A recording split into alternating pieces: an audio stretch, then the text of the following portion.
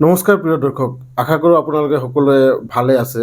পোনপ্ৰথমতে মই আপোনালোকক অনুৰোধ কৰিছোঁ, যিসকলে মোৰ চেনেলটোত নতুনকৈ আহিছে চেনেলটো ছাবস্ক্ৰাইব কৰি লওক আৰু ভিডিঅ'টো শেষলৈকে চাওক।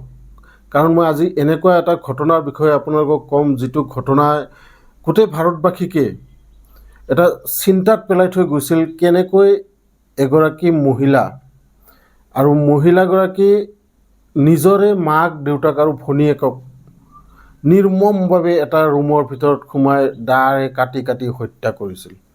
আপোনালোকে ভিডিঅ'টো শেষলৈকে চাওক, কিহৰ বাবে এনেকুৱা হয়, কিয় কাটে আৰু অৱশেষত কেনেকৈ ধৰা পৰিল। এই গোটেই ঘটনাটো 21 জুন তাৰিখৰ 2026 21 জুন তাৰিখে এনেকুৱা এটা প্লেন কৰে জোৱায়েক আৰু ছোৱালীয়ে, যিটো প্লেন আচলতে ঘৰৰ কোনেও ভবা নাছিল যে এনেকুৱা এটা ঘটনাৰ সন্মুখীন তেওঁলোকে আজি হ'ব। একচুৱেলি দেউতাক 52 বছৰীয়া এজন মানুহ, যাৰ নাম সোমসুন্দৰ, আৰু সেই সোমসুন্দৰে এটা ঘৰৰ পৰা দৌৰি দৌৰি ওলাই আহিছে, গোটেই শৰীৰত তেজেৰে ৰাঙলী, আৰু ৰাস্তাই ৰাস্তাই চিঞৰিছে যে মোক বচোৱা, আৰু কিছু দূৰ যোৱাৰ পিছত সি লুটি খাই পৰি যায়।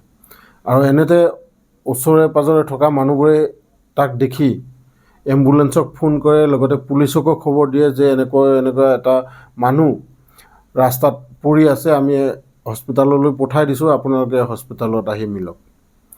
আৰু হস্পিটালত চিধা পুলিচে হস্পিটাললৈ যাই সোমসুন্দৰক সোধে যে তোমাৰ এনেকুৱা অৱস্থা কোনে কৰিলে।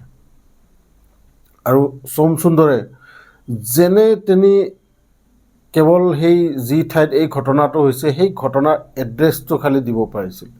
আৰু লগে লগে পুলিচে সেই ঘৰত যায় যেতিয়া দৰজাখন খুলিয়ে দেখা পায় যে সোমসুন্দৰৰ যি পত্নী 48 বছৰীয়া মুথুলক্ষ্মী তেখেতৰ নাম, আৰু এই মুথুলক্ষ্মী ফ্ল'ৰত পৰি আছে একেবাৰে তেজেৰে ৰাঙলী হৈ, যধে মধে য'তে পায় ত'তে দাহেৰে ঘঁপিওৱা চিন।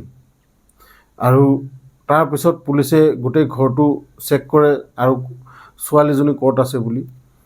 তেতিয়া দেখা পায় বাথৰুমৰ ভিতৰত সুপ্ৰিয়া, যাৰ বয়স মাত্ৰ 19 বছৰ, আৰু এই সুপ্ৰিয়া হ'ল সোমসুন্দৰ আৰু মুথুলক্ষ্মীৰ দ্বিতীয় পুত্ৰী। বাথৰুমৰ ভিতৰত এনেকুৱা অৱস্থাত পৰি আছে যে ডিঙিটো বেলেগকৈ, হাত দুখন বেলেগকৈ, ভৰি দুখন বেলেগকৈ, গোটেই মাংস টুকুৰা টুকুৰা কৰি তাত পেলাই থৈ দিছে।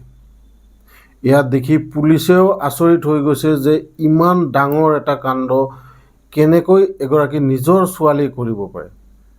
আৰু এই কাণ্ডটো কৰিছে 24 বছৰীয়া শ্বেতা, যিজনী এই সোমসুন্দৰ আৰু মুথুলক্ষ্মীৰ ডাঙৰ ছোৱালী। এতিয়া আহক আপোনালোকক গোটেই ঘটনাটো কওঁ, কিহৰ বাবে এই ঘটনাটো এনেকুৱা এটা ট্ৰিপল মাৰ্ডাৰত পৰিণত হয়। একচুৱেলি শ্বেতা আৰু কেনথ বুলি এজন ল'ৰা, যাৰ কেনথৰ বয়স হ'ল 25 বছৰ আৰু এই শ্বেতাৰ বয়স 24 বছৰ। শ্বেতা IT চেক্টৰত কাম কৰে, আৰু এই শ্বেতাই আৰু কেনথে এটা লিভ ইন ৰিলেশ্যনশ্বিপত এটা ৰুম লৈ আছিল। আৰু এই ৰুম লৈ থকা অৱস্থাত এই কেনথত যিজন জোৱায়েক বা এই শ্বেতাৰ গিৰিয়েক, এই কেনথৰ বিজনেছত কিছু টকাৰ প্ৰয়োজন হৈছিল ইনভেষ্ট কৰিবলৈ, আৰু এই টকা শ্বেতাই মাক দেউতাকৰ পৰা ঘূৰাই দিম বুলি 30 লাখ টকা লৈ আহিছিল। আৰু লগতে মাক দেউতাকে এই যিটো তেখেতসকলৰ ৰিলেশ্যন, এই ৰিলেশ্যনৰ ওপৰত আপত্তিও জতাইছিল যে তোমালোকে এইটো ভাল কাম কৰা নাই, বা তুমি এয়া ভাল কাম কৰা নাই, তোমাৰ এই যিটো ৰিলেশ্যনশ্বিপ আমি মান্তি নহওঁ, আৰু আমাৰ টকাখিনি অতি শীঘ্ৰে তুমি ঘূৰাই দিয়া। এনেকৈ বহুত দিন হৈ গ'ল, এই পইচা দিম বুলি কৈ দিয়া নাছিল। আৰু অৱশেষত তেওঁলোকৰ এনেকুৱা অৱস্থা হৈ গৈছিল যে এই টকা ঘূৰাই দিয়াৰ সিহঁতৰ আৰু ক্ষমতা নাই। আৰু সেইবাবে দুয়োজনে প্লেন কৰে, আৰু প্লেন কৰি পেলাই এনেকুৱা প্লেন কৰে যে তিনিওজনক বেলেগ বেলেগ টাইমত সিহঁতৰ ৰুমলৈ ইনভাইট কৰা হয়। আৰু ইনভাইট কৰে এনেকৈ যে মই আজি টকাখিনি ঘূৰাই দিম, লগতে তোমালোকে আহি টকাখিনিও লৈ যাবা, আৰু আমাৰ তাত খাই লৈ যাবা। এই কথা শুনি পোনপ্ৰথমতে ভনীয়েকে যায়, আৰু এই সুপ্ৰিয়াই যেতিয়াই দৰ্জাখন খুলি ভিতৰলৈ সোমাই লগে লগে দৰ্জাখন এজনে বন্ধ কৰে আৰু দুয়োজনে মিলি এজনে ধৰি দিয়ে আৰু এজনে দাৰে ঘপিয়াই সেই সুপ্ৰিয়াক তাতেই মাৰি পেলাই আৰু সিহঁতে প্লেন কৰিছিল যে এই যিটো বডি এই বডিটো বেলেগত নি সিহঁতে পেলাই দিব আৰু এই বডিটো সেইকাৰণে বাথৰুমত লৈ গৈ কাটি পিচ কৰে আৰু কিছু সময় পিছত সিহঁতে ভাবিছিল হয়তো মাকে আগতে আহিব নহ'লে দেউতাকে, কাৰণ তিনিওজনক বেলেগ টাইমত ইনভাইট কৰা হৈছিল, কিন্তু মাকে আৰু দেউতাকে একেলগে আহে আৰু এই সিহঁতৰ যিটো প্লেন এই প্লেনত গড়বড়ি হৈ যায়। প্ৰথমতে মাক দেউতাক সোমোৱাৰ পিছত মাকক প্ৰথমতে দাৰে ঘপিয়াই যেনেকৈ পায় সেনেকৈ মানে কোনো মুখ নাক একো নোচোৱাকৈ সিহঁতে ঘপিয়াই আৰু মাকে থিতাতে মৃত্যু মুখত পৰে আৰু দেউতাককো কেইঘাপমান মৰাৰ পিছত দেউতাকে সিহঁতক ধাক্কা মাৰি তাতে পেলাই দিয়ে আৰু দৰ্জাখন খুলি যেনি তেনি সেই ৰুমৰ পৰা ওলাই দৌৰে, কিন্তু হস্পিটেলত গৈ তেখেতৰ মৃত্যু হয়। আৰু পুলিচে জনাইছে যে এই যিটো মাৰ্ডাৰ কেছ এই মাৰ্ডাৰ কেছৰ আগতে সিহঁতে ChatGPTত সিহঁতে চাৰ্চ কৰিছিল যে মানুহ কেনেকৈ মাৰিলে কোনো প্ৰমাণ নাথাকে বা তেজ কেনেকৈ চাফ কৰা হয়, বডিবোৰ আমি কেনেকৈ পেলাব লাগিব, এইবোৰ কথা সিহঁতে AI সুধিছিল। এই কথা পুলিচে জানিবলৈ দিয়ে।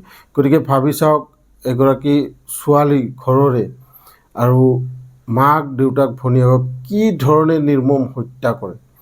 এই গোটেই হত্যা কৰাৰ পিছত দুয়োজনে পলাই যোৱাৰ পিছত যোৱা 22 জুলাই 2026 তাৰিখে সিহঁতক পণ্ডিচেৰী আৰু তামিলনাডুৰ এটা এলেকাত সিহঁতক এৰেষ্ট কৰে। গতিকে এই কেছ এতিয়া চলি আছে, কিন্তু খুব সাৱধান হোৱাটো দৰকাৰ, কাৰণ আজিকালি কোনে কি কেতিয়া মনত ভাৱ লৈ থাকে ইয়াৰ কোনো বিশ্বাস নাই।